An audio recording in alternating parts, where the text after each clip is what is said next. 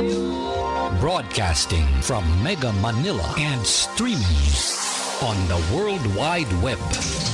We are Crusaders Broadcasting System, DWAD. 1098 AM. Now Radio. Ang susunod na programa ay maaaring maglaman ng mga pananaw at opinyon na hindi kinakailangang sumasalamin ng mga pananaw ng CBS. Up next on DWAD, The Truth Doctors on Air. Yo, sa panahon ng ingay at chismisere, isang boses lang ang malinaw.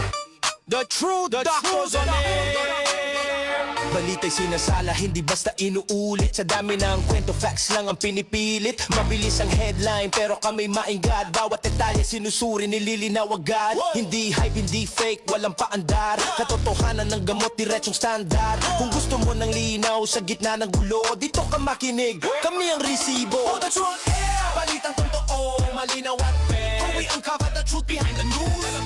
Walang kulay, facts lang ang rules. Walang palabas, walang kinikilingan. Bukas ang usapan, may paninindigan. Sa isyu mainit, sa balitang bago. Inaalam ang totoo, hindi chismis, hindi haka-haka lang to. Hold the truth, balitang totoo, malinaw at fair. We uncover the truth behind the news. Walang kulay, facts lang ang rules. Walang palabas, walang kinikilingan. Gusto na balitang may paninindigan. Makinig, makaalam, maging mulat at makutot on air.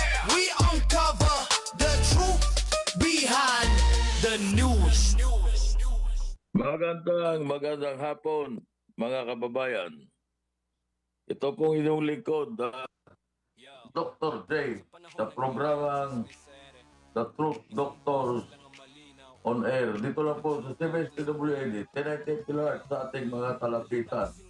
At kasama natin sa kabilang fresh from abroad, Dr. R. Magandang hapon po. Magandang hapon po sa inyong lahat. No, Dr. J, naririnig mo ba? Naririnig mo ba ako, Dr. J? Hello, Dr. J. Hello.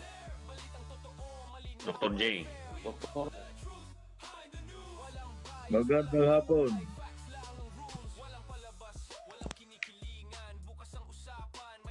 Magandang hapon, Dr. R. Ayan, Dr. J, naririnig mo na ba ako? Oo, narinig na kita. Ayan, Dr. J, napasensya na ako. Meron ho tayong technical difficulties, no? Mapapansin nyo. Yung ating pong background ngayon, no? Kitang-kita na, Dr. J, yung mukha mo dyan, no? Kitang-kita na ikaw yung poging-pogi dyan, eh, oh? Nasa kaliwa, no? No, medyo pogi ka dyan, Dr. J. Parang bumata ka dyan ng mga 12 years. Paano? Tinasahan yung aking buhok ngayon. Of course, pagka tinasahan, nawawala yung kulay puti. Ang naiiwan yung itim. Kaya ganun ang nangyari dyan. Alam mo, kaya mag-iingat ka dyan sa mga paitim-itim. Alam mo naman, napakarami ng itim, no? Itim ang budhi, no? Itim ang budhi dahil sa mga ginawang pagdanakaw, no? Hindi ko nga alam kung bakit hindi pa natatangay ng bagyo at baha itong mga buhayang anak ng mga ito yung mga anak ng ito di ba? Itong mga buhayang ito Dr. J, no? Alam mo, Dr. J, no, na-miss kita, medyo alam mo naman gusto man nating sumali sa sa talakayan nung isang araw. Meron tayo ring technical difficulties. Alam mo naman, yung pinuntahan nating bansa ay minsan merong mga sites nang hindi pinapayagan, no? Dr. J. No, pero alam mo ito bigyan kita ng isang Di ako pumunta sa isang bayan diyan sa China, no, Dr. J, no. Ang alam mo, ang aking experience pagdating ko doon sa immigration, no, ay nakalimutan ko, nakasuot pala yung media ID ko, no. Pagdating ko doon sa immigration, Dr. J, ang sabi sa akin, no, nung binigay ko na yung passport ko, "Are you Filipino?" Sabi ko, hindi ko alam, Dr. J, kung sasagot akong yes or no, no, sasagot ako ng yes. Gusto ko sana sabihin it depends, di ba? Pero sabi niya, you, media, sabi niya, you know, your government is very corrupt. Yun ang sabi sa akin ng immigration officer, Ay, medyo hirap pa dahil medyo in chicken ito Sabi niya, Oo. your government is very corrupt.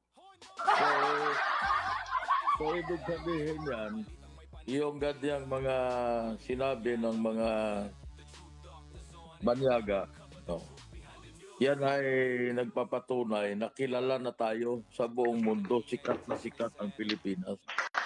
Yun nga lang, Dr. J. Saan kaya tayo kilala? Diba? Sikat na sikat eh. Kaya lang, yung kasikatan, hindi yung positive na sikat, kundi negatibo ang dating sa atin, ano?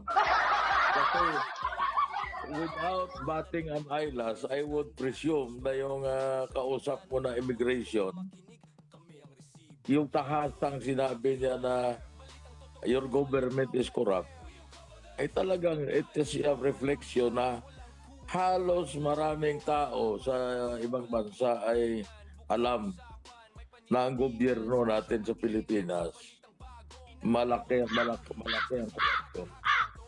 Alam mo, Dr. J, nung sinabi nga niya yun sa akin, gusto ko sabihin, can you give me my passport back? Then I'll give you another passport. Medyo napahiya rin ako, di ba, kahit paano. Pero ang ginabi ko na lang ganito, nag-thumbs up lang ako. Tapos nag-thumbs down ako. Tapos nag-thumbs down din siya. No, pero alam mo, sa totoo lang no, nakakahiya kasi alam mo, isa sa pinakamalaking komunidad diyan sa mga bansa, no. Na mga banyagang bansa, Dr. J, yung mga OFW natin, no? Paano na lang sila sasagot kung sila itatanungin ng ganon, di ba? Ako hindi na nagkomento dahil baka mamaya mahabol pa ako nito si Auntie Claire. Alam mo naman si Auntie Claire medyo sensitive. Ayaw na. Ayaw niya na sasabihang pangit Si Auntie Claire naman, yung kanyang sinabi na para bang ang reaction doon sa pagbagsak na naman ng pagtaas pala ng rating ni Pangulong Marcos from negative 17 to negative 11, para bang nagmamalaki pa siya na tumaas daw. Pero negative pa rin. Alam mo, hopefully, maging positive na itong si Pangulong Bongbong Marcos, if you know what I mean, Dr. J. No? Siyempre, gusto natin, maganda ang mga ratings, no? Ayaw naman natin na habang buhay negative siya, di ba? Pero ito, ang nakagagulat-gulat, ito namang si Vice President Sara Duterte, ay tumaas pa. No? Tumaas pa ang rating. Alam mo, nakikita mo yung relativity ng pagtuloy niyang impeachment proceedings dyan sa Senado. Ibig sabihin lalo pang tumaas. Baka may nakikita ang mga tao na kagulat-gulat dyan sa nangyayari sa impeachment proceedings na yan, Dr. J.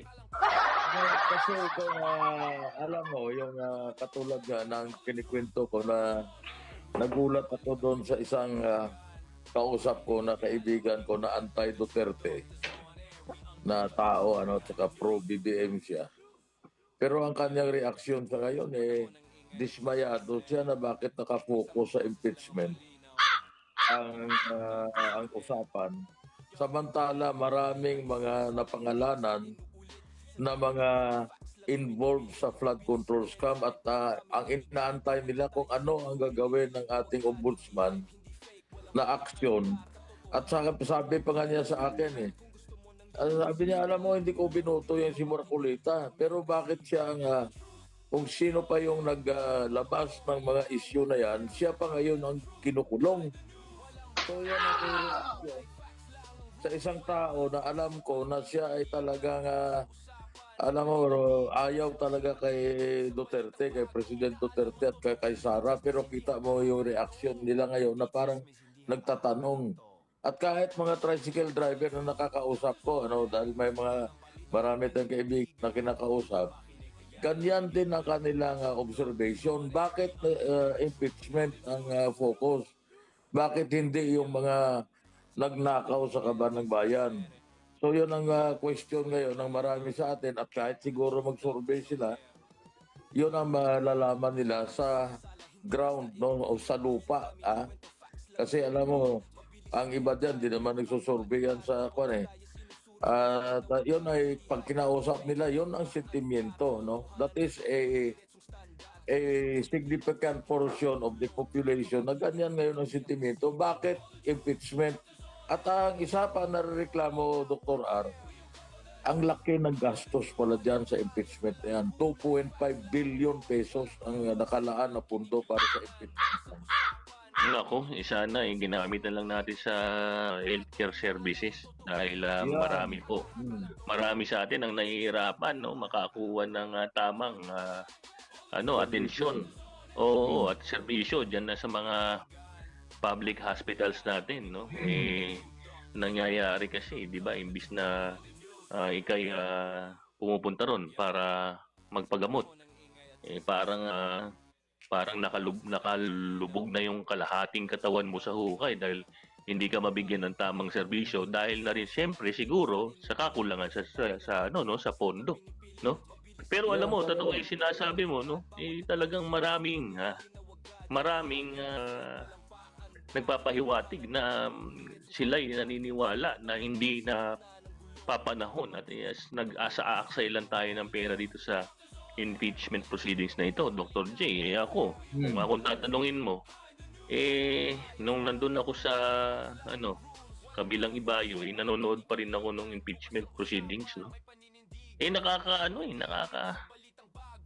Alam mo, very troubling na itong yung prosecution, no? Parang may overreach na sila, no? Overreach, no? Tama.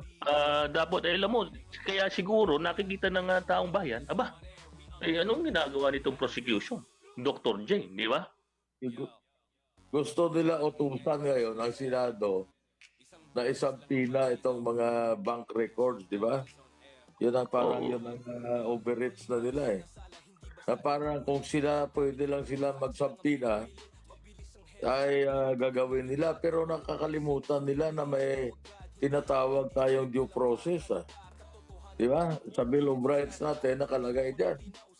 No person should be deprived of life, property, and liberty without due process of law.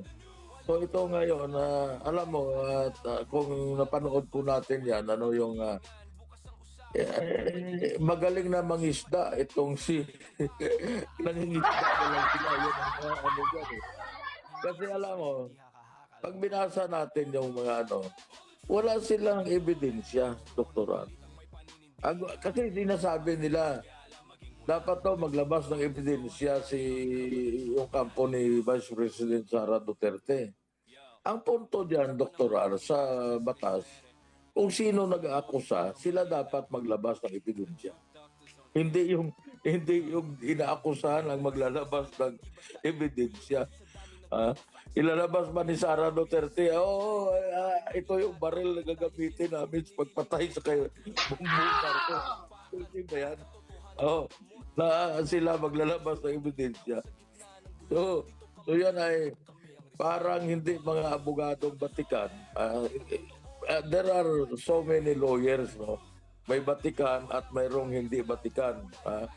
May di kampanilya at yung walang kampanilya. Yun ang katotohanan, Dr. R. So nakikita natin ngayon na para bang aanga-anga itong mga sa prosecution na mga lawyers. At gusto lang pumurma. Nag-make-up pa nga, lalaki, nag-make-up at naka-lipstick pa eh. Alam mo, Dr. J, hindi naman siguro itong nagme-makeup na lalaking to hindi naman ito siguro kabilang doon sa mga kapatid nating LGBT, no? Yun, no. Hindi siya mahilig sa bird. Oo, hindi. Pero hindi yan sinasabi mo yung abogado eh, no? So yung balikan natin yung abogado. Tingin ko kaya nagme-makeup yan at pakapalan sila ng makeup diyan kasi hindi naman yata sila dumating diyan para mag-prosecute. Sila ay dumating diyan para mag-perform sa isang political circus. No? Alam mo, no, umpisa natin, no, balikan natin yung nangyaring ang mga pangyayari diyan sa loob ng ano no ng impeachment court, di ba? Narinig ko at napanood ko, Dr. Jane, no? Itong statements ni yung defense spokesperson na itong si attorney Mike, hindi ko alam kung Michael din ito, no? Mike Poa, no? 'Di ba? Oh.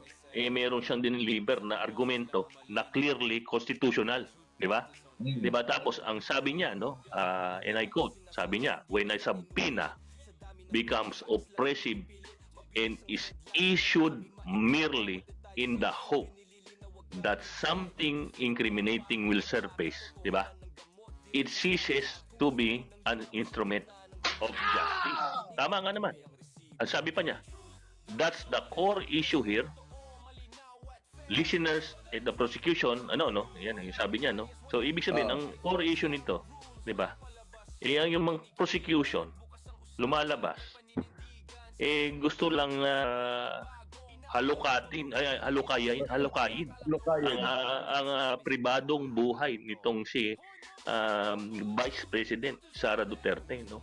Na ang akala nila pag hinalukay nila, baka mamaya may makita sila na incriminating, di ba?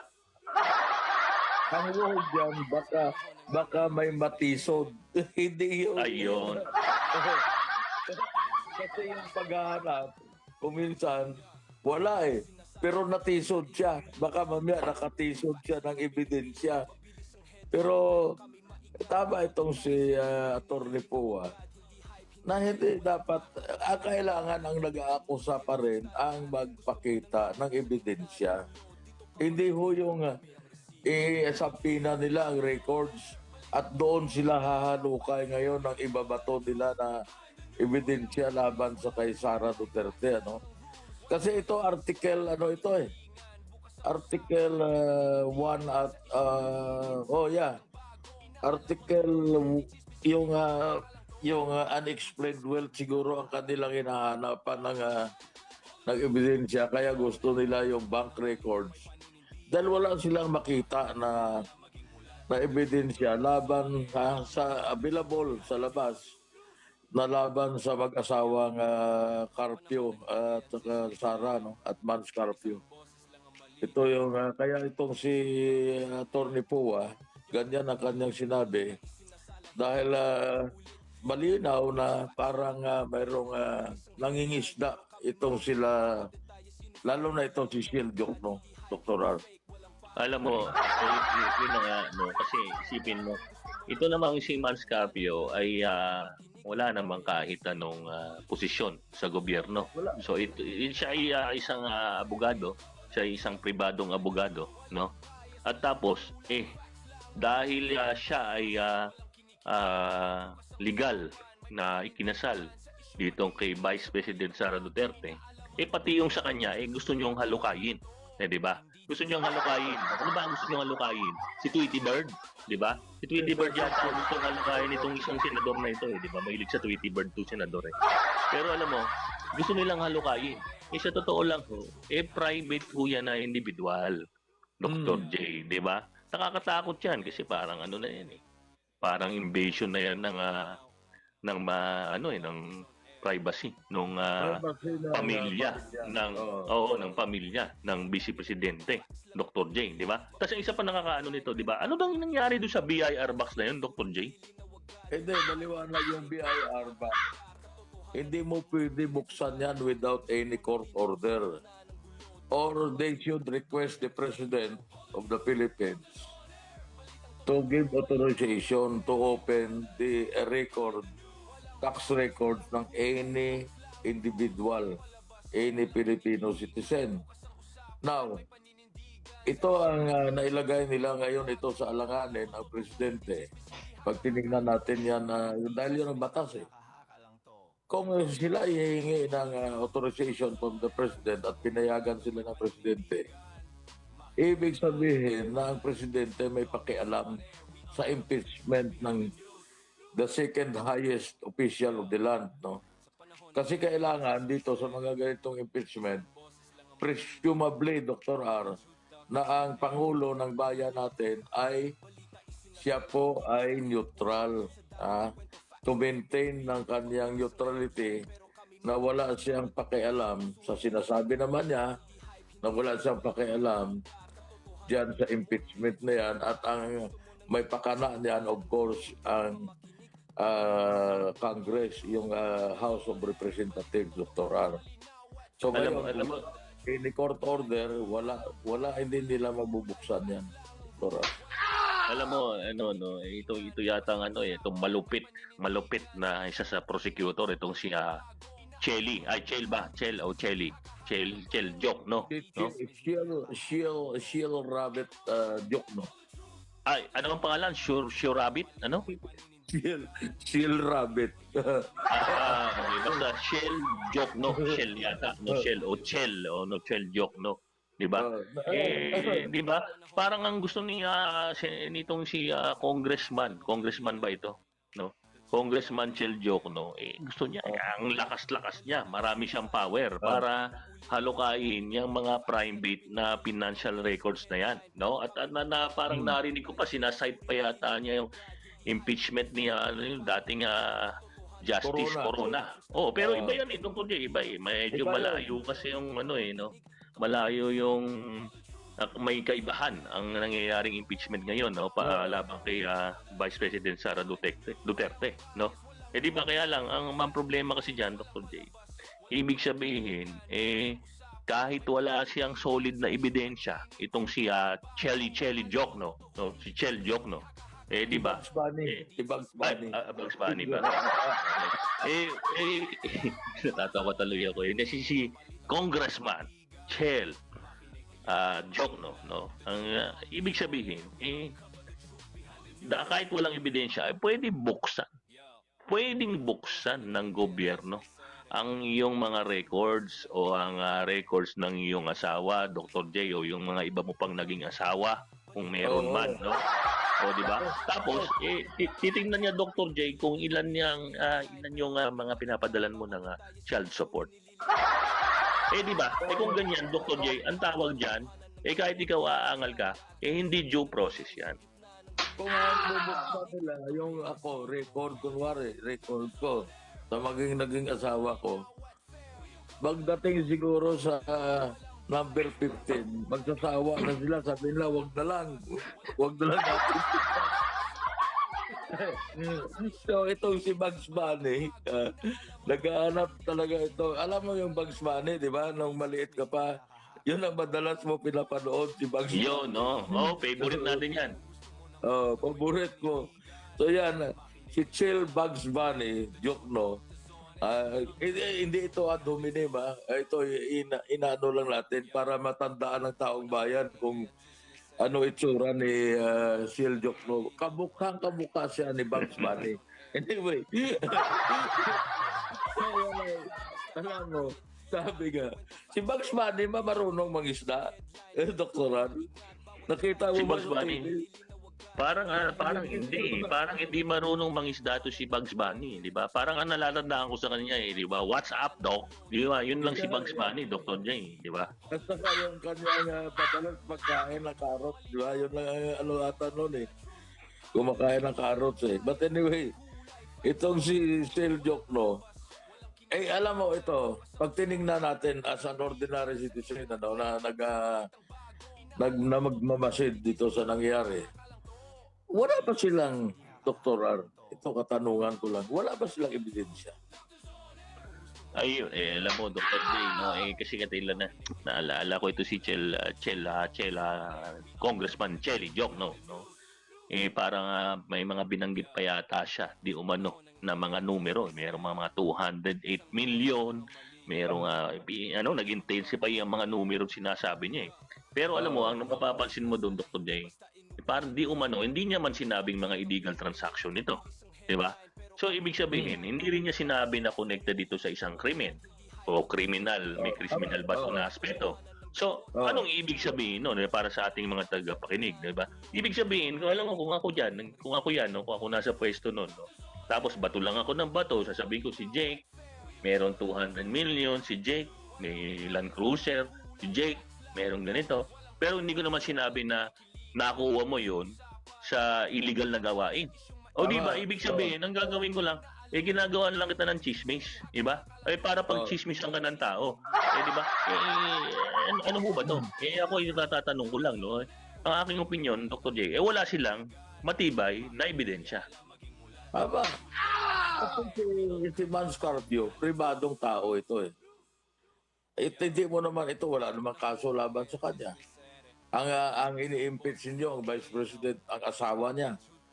So kung nagkaroon man siya ng pera at hindi naman ito nanggaling sa isang illegal, at sinasabi nga na kahit buksan nila ang tax records niyan, sino ba ito, Dr. Arno? Sino bang matino na tao na lulukuhin o ipipikihin yung kanyang tax records na alam naman natin na napakahigpit ngayon ng ating Bureau of Internal Revenue na yan ay isang malaking kasalanan na punishable by imprisonment kung ikaw ay manipulate mo ang iyong tax records. So, kaya lang ito, ayaw lang pabuksan ito ng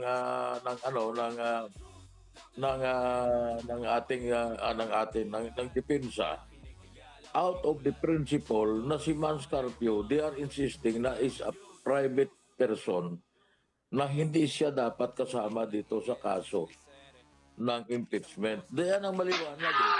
Kasi kung papayagan ito, Dr. Han, lahat na lang tayo vulnerable kasi sasabihin na, meron siyang kailangan buksan ang record niyan. Anong gagawin nila ngayon pag nabuksan nila? Iko-confiscahin nila yung properties mo. So that is a violation. Violation na yan sa ating konstitusyon, Dr. Ar. At tama itong defense na hindi sila pumapayag out of yung kanilang panindigan, principle na itong ginagagawin nila Jokno, ito is a violation of the constitutional right ng isang pribadong individual, Dr. Ar.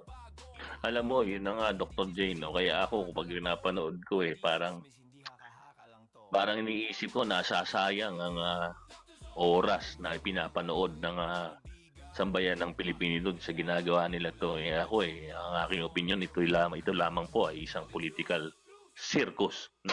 Kaya siguro kakakapal ng mga make-up, no? Pati mga abogado dyan, no? Di ba? Makakapal ang kanilang mga make-up. Pero Dr. Jen, sa totoo lang, tingin ko, pag ako ang tatanungin mo, parang, parang humihina, no? Humihina lalo ang lagay ng prosecution, no? Dito sa impeachment proceedings laban dito kay Vice President Sara Duterte. Ikaw ba naman, no? Ikaw ba naman? Nabalitaan ko parang hindi lamang, akala ko nga dadalawa lang ang dinarap nilang mga witnesses, Dr. J. Hindi pala. Oo, lumalabas pala 8, parang 8, no? At isa dito, Dr. J, ito nga si attorney, alam ko attorney ito no? Si attorney Zulaika Lopez, no? Ito'y abogado yata, no, Dr. J, ito'y abogado. Ako, kung tatanungin mo, siguro dinarap nila ito dahil baka hindi sila makakuha ng juice, no? Hindi sila makakuha ng juice, hindi ko lang kung ng juice, no? Hindi sila makakuha ng juice dito kay attorney Zulaika Lopez na magdidiin kay Vice President Sara Duterte, Dr. J. Kaya siguro nila idinarap na lang ito, di ba? Kaya lang kung iisipin mo, di ba? Bakit tinatanggal yung mga sinasabi nila na mga key witnesses nila. At anong pagkarami-rami nito 8. Sa totoo lang kung akong tatanungin nyo sa aking pananood, wala pa ho kayo na-establish. Wala pa ho. Siguro out of 100%, nandun pa lang ho kayo sa 8%. Para ho ma-establish nyo kung meron nga ho nangyayaring krimen o meron hong nagawa itong si Vice President Sara Duterte, Dr. J. At ito naman kasi si Zulaika Lopez, attorney, chief of staff ni Sara ito, Duterte. Ngayon, adverse witness ito, wala itong script, kaya siguro sa isip nila, hindi natin makokontrol ito. Magsasalita ito, pag ito'y na cross-examine lahat, sasabihin ito kung anong abusong ginawa sa kanya, na siya ay binantaan na dadalhin daw sa treatment correctional. Yan ang aking pagkaalala, Dr. R. Na itong si Zulaika Lopez, isa ito sa dahilan kung bakit nakapag pahayag ng ganon yung sinabi ni Sara Duterte, Dr. R. Dr. J, no, bago tayo magpatuloy, mag-station break muna tayo. Okay.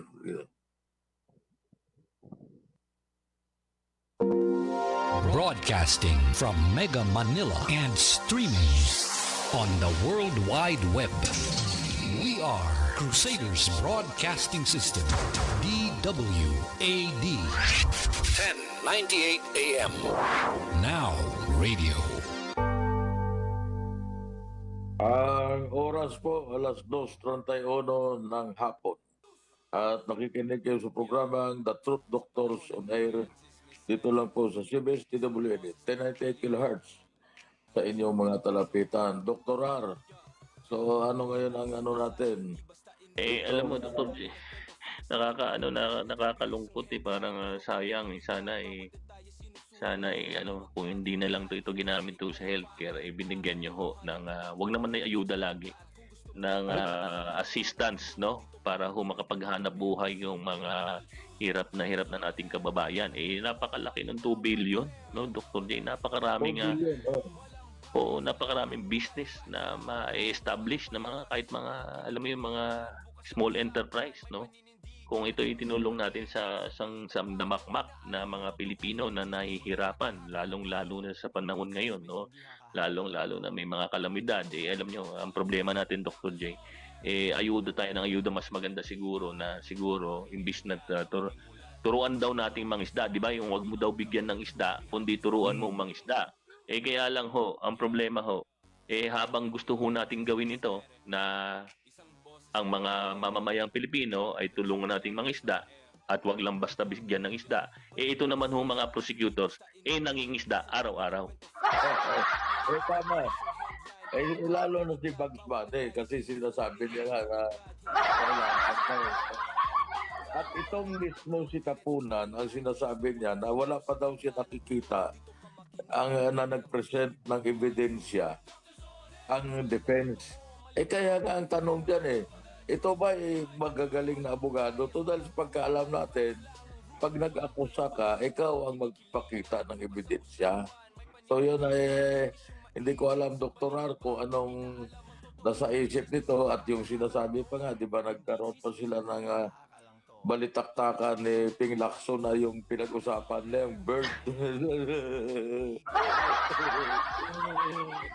Alam naman natin si Ping Lacson mahilig po mag-alaga ng bird yan.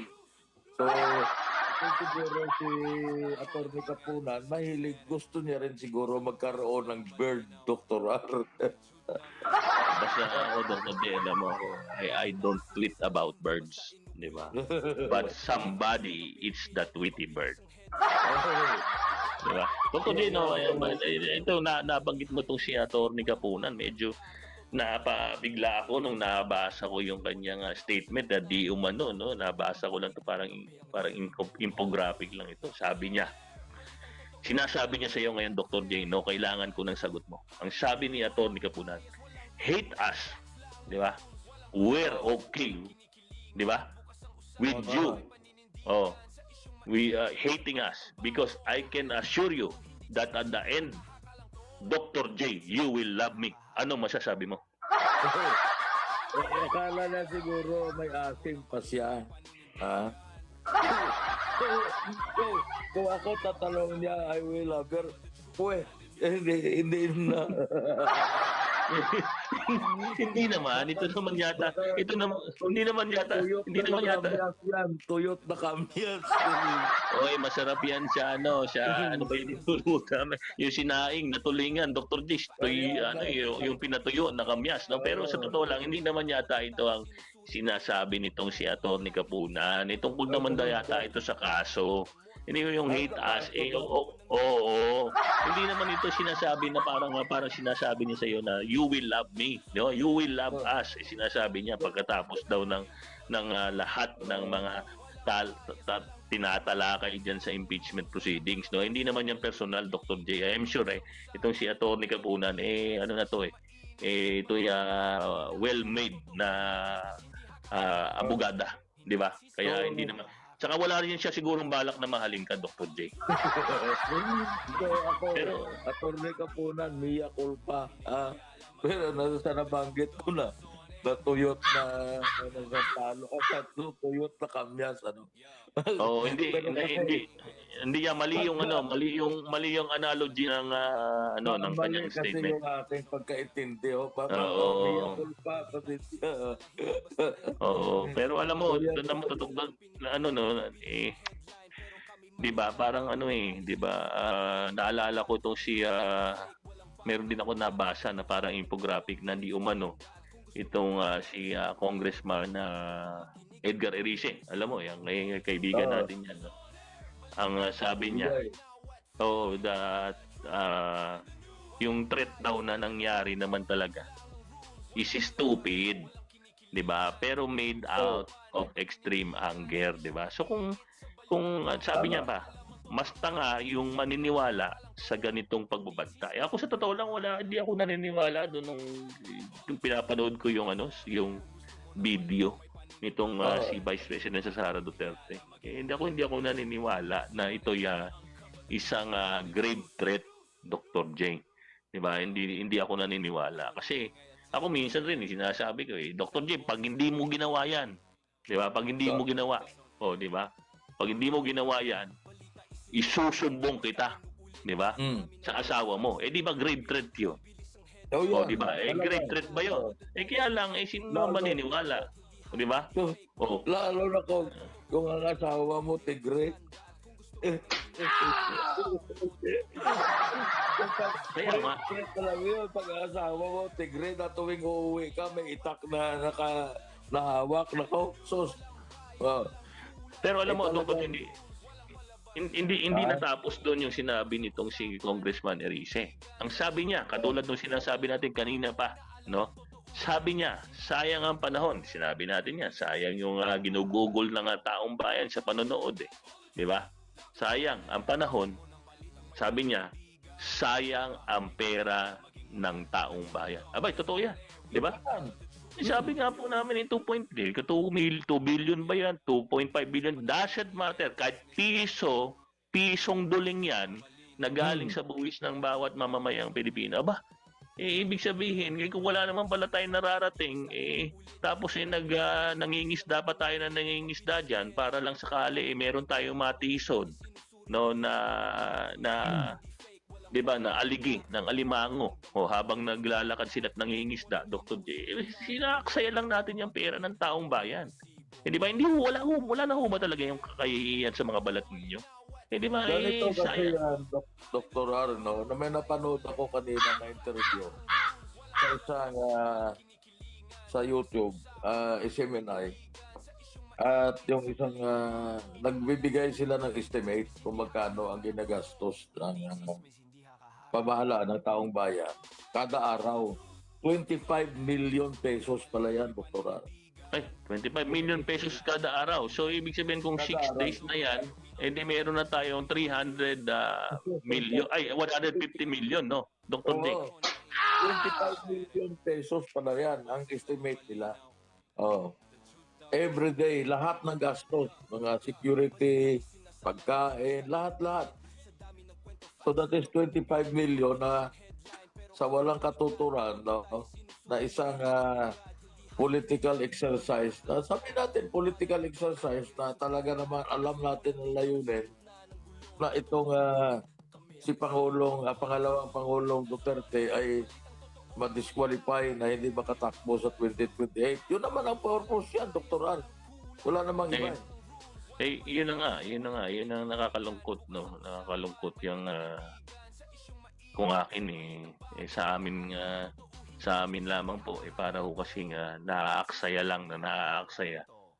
yung natitira na lang na pera ng taong bayan na sa totoo lang ho kinatkong ng mga walang hiyang magnanakaw sa kaban ng bayan. Yung kung sino man yung mga congressman at senador na yan, kung sino yung mga magnanakaw, inuubos na ho nila kakaunti na lang ho natitira, mukha pa hong naaaksaya dito sa impeachment proceedings na ito, Dr. J. Pero mabanggit ko lang, Dr. J, no?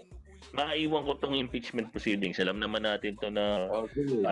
parang laro lang natin yun nung nung mga bata. Hindi ko lang alam kung laro mo na yung mga bata. Meron akong naalala laro na Moro-Moro, di ba? So parang Moro-Moro lang yan. Abulan lang tapos parang agawan base ba sa Tagalog, di ba?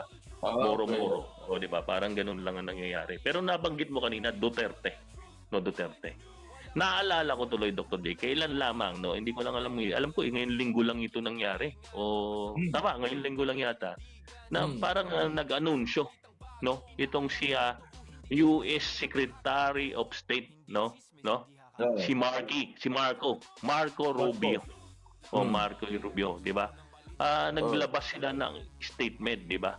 Parang deklarasyon nito ng parang declaration of war nga ito, parang gusto nila garahin na nila itong ICC, no? Parang ito ay declaration of war, 'di ba? Sabi niya, today I am announcing a whole of government response to systematically disable the International Criminal Court. Dr. J, yan ayan ang sinabi niya, ayan ang sinabi niya. So, Dr. J, di ba, anong tingin mo ang implikasyon nito ngayon dito sa ating bansa? Kasi kung yan ay sinabi ni Marco Rubio, ang may directive niyan si President Trump ng Amerika. Kasi alam naman natin na si President Trump galit na galit sa ICC. At kung hindi natin makakalimutan, that was 2 to 3 months ago na nagkaroon po ng sanctions laban sa mga judges and prosecutors ng International Criminal Court. At sinabi na hindi sila pwedeng makapunta ng Amerika, ang visa nila, kung meron sila mga bank accounts, yan po ay parang ano tawag yan, naka-embargo. So lahat po yan at ito alam nyo na nagmumula ito sa galit ng Amerika na dahil itong pagsampa ng kaso laban sa mga Israeli at yung banta ng ICC nung araw, nasampahan ng kaso itong mga sundalong Amerikano na may nagawang mga atrocities sa Afghanistan. Ayaw ng Amerika na pakialaman sila. So ito ngayon, alam nyo, ang ICC, Dr. R, ang kanyang pera na para sa operation nila, ambag-ambag ang lahat ng mga member countries dyan, nagbibigay ng ambag. Pangpasahod dyan sa mga judges, prosecutors, pang-upa ng kanilang courtrooms, facilities, at iba pang mga dapat gastusin nila. So ito ngayon, pag sinabi ito ni Trump, o ni Rubio na ganito na yung total anong tawag ito? Whole of government response to systematically disable the International Criminal Court. Ito na yung mag-uumpisa na ang katapusan ng International Criminal Court. Dahil ito ipipressure ng United States of America ang member countries, especially yung European countries, France, Germany, Netherlands, at lahat na yan na Western European countries na wag na suportahan itong ICC. Hindi pa natin alam kung ano mangyari dito, Dr. R, pero ito ay isa pong magandang balita para sa mga nagmamahal sa dating Pangulong Duterte. At hindi natin alam kung anong maging epekto nito sa kaso ni Tatay Digong, Dr. R. Pero alam mo, mapuntusan ko lang yung sinabi mo, nagko-contribute. Pero parang gusto pa yata ng Pangulong Bongbong Marcos na bumalik tayo sa ICC. Wala na tayong pera. Di ba? Wala na tayong pera. Saan pa natin kukunin yun? No, wala na nga tayong pera. Ninakaw ng lahat yung kaban ng bayan. Wala na tayong pera. Gusto pa natin bumalik. No? Pero Dr. J, mabanggit ko lang. No? Ang dapat siguro na isa na nakakatakot dito di ba yung sinasabi no diplomatic option will be off limits, di ba? To campaign to dismantle the threat proposed by the ICC to the Americans. Ibig sabihin, Dr. J, parang kung ako magbabasa nito, parang tinatakot na tayo ng Amerika o tinatakot niya na ang ating kanilang mga kaalyado, di ba? Kung kapag ikaw ay isang bansa na nakadepende sa US military assistance, ako hindi na kailangan, Dr. J, dami nating EDCA sites, no? Totoo naman 'yan, di ba? Pag may American troops diyan sa mga teritoryo natin, totoo naman 'yan. Meron tayo diyan, di ba? So pag nakikinabang ka sa US security umbrella, totoo yan, dahil yan ang lumalabas na sandigan natin, lalo na kung mayroong mga sigalot, di ba, sa mga kapitbahay natin, di ba? Di ba? Pero kung tatanggi ka na sumunod naman sa kanila, parang magkakaroon tayo ng increased scrutiny, no? Di ba? Ibig sabihin, parang sa sinasabi ng Amerika, sige, makipag-cooperate ka, walang yaka diyan sa ICC. Pero pahihirapan kita. Pahihirapin ko ang buhay mo, 'di ba? Magiging very very difficult ang kalagayan mo. So ibig sabihin, parang lumalabas na pinipuwersa nila ang kanilang mga allied countries to choose, no? Dalawa lang 'yan. Cooperate with the ICC. Parang lumalabas, Dr. J, kahit hindi tayo member country na. Dahil ito inuurong na ng dating presidente Rodrigo Duterte. Lumabas, nakapag-cooperate tayo nung isinurrender ng bansang Pilipinas itong si dating Pangulong Rodrigo Duterte sa ICC. Or, ang isa pang choice, gusto nyo, allied tayo, tropa tayo, di ba? BFF tayo, kabergs pa rin kita. Pero, itakwil mo ang ICC. Ibig sabihin, Dr. J, ano kaya ngayon, Dr. J, paano natin itong magiging relative dun sa kaso ng dating Pangulong Rodrigo Duterte? Kung wala nang susuporta at kung susunod itong mga kalyado ng Amerika, wala nang magbibigay ng pundo para sa ICC. So ngayon, ang isang epekto niyan, paano sila magpapangsyon ngayon kung wala silang pangpasahod sa mga tauhan nila? Wala silang pambayad sa upa, sa kuryente, sa tubig at lahat ng kanilang facilities. So, eventually, magsasara sila. Unless na mayroong pumuntra ngayon kila Donald Trump. Kasi alam mo, Dr. R, ako'y basa ko dito. I have been reading this behind the lines. Kasi alam nyo, yung gira na yan sa Iran, maraming mga tinatawag diyan na violation of human rights na pwedeng ikaso sa ICC. At ang pinoproteksyonan diyan ni Trump, na kung sakali na sila ay wala na sa pwesto, baka sila ay hahabulin ng ICC. Si Hegseth, si Pete Hegseth, si Rubio, si Trump at iba pang mga general ng military general sa Dr. R. So ito ay paghahanda, kaya pressure talaga. Ito ay hindi mawala ang ICC pagka United States of America na nagpipressure, Dr. R. Ngayon, ang tanong dyan, tatalima ba ang gobyerno natin dito sa pahayag ng ni Rubio, Dr. R? Yun ang katanungan. Alam mo, Dr. J, ako nakakakita ako dito ng silver lining. Ito yung opinion lang naman natin. Ito yung opinion lang naman natin.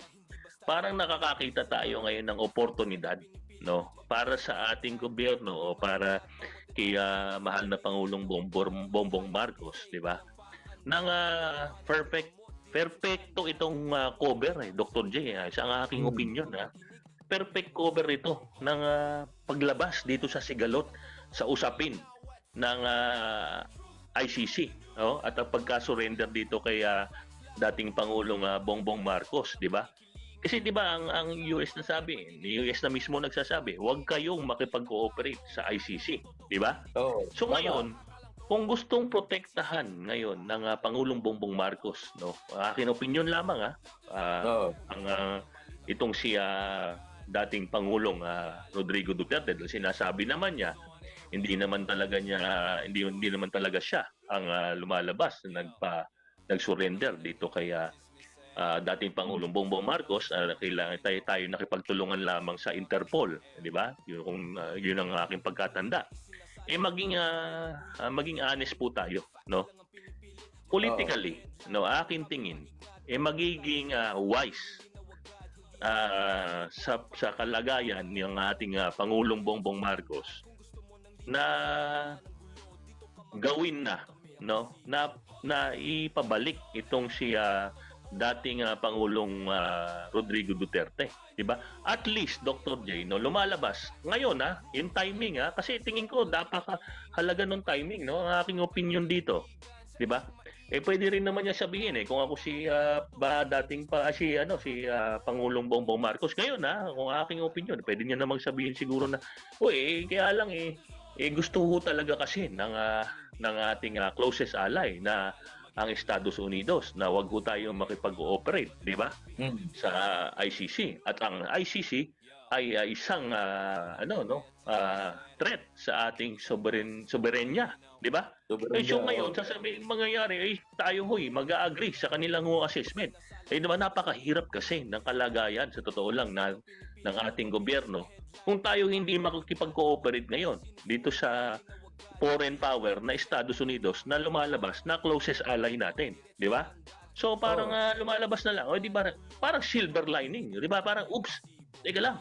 Okay na. Dapat hindi pala tayo makipag-cooperate. Kaya halika na, kukunin na namin ang dating Pangulong Rodrigo Duterte at dito na lang siya lilitisin sa bansang Pilipinas. Yan, Dr. R. Off-ramp. Binigyan siya ng pagkakataon at dahilan para umalis, no? To rectify the mistake that they have done, ano? So yan ay off-ramp ang tawag yan.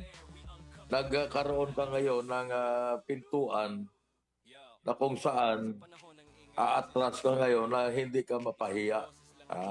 So off-ramp yan. At tama ang sinasabi mo na yan ay oportunidad for our country to disassociate ourselves from the ICC. At ngayon, ano ngayon ang mangyayari dyan?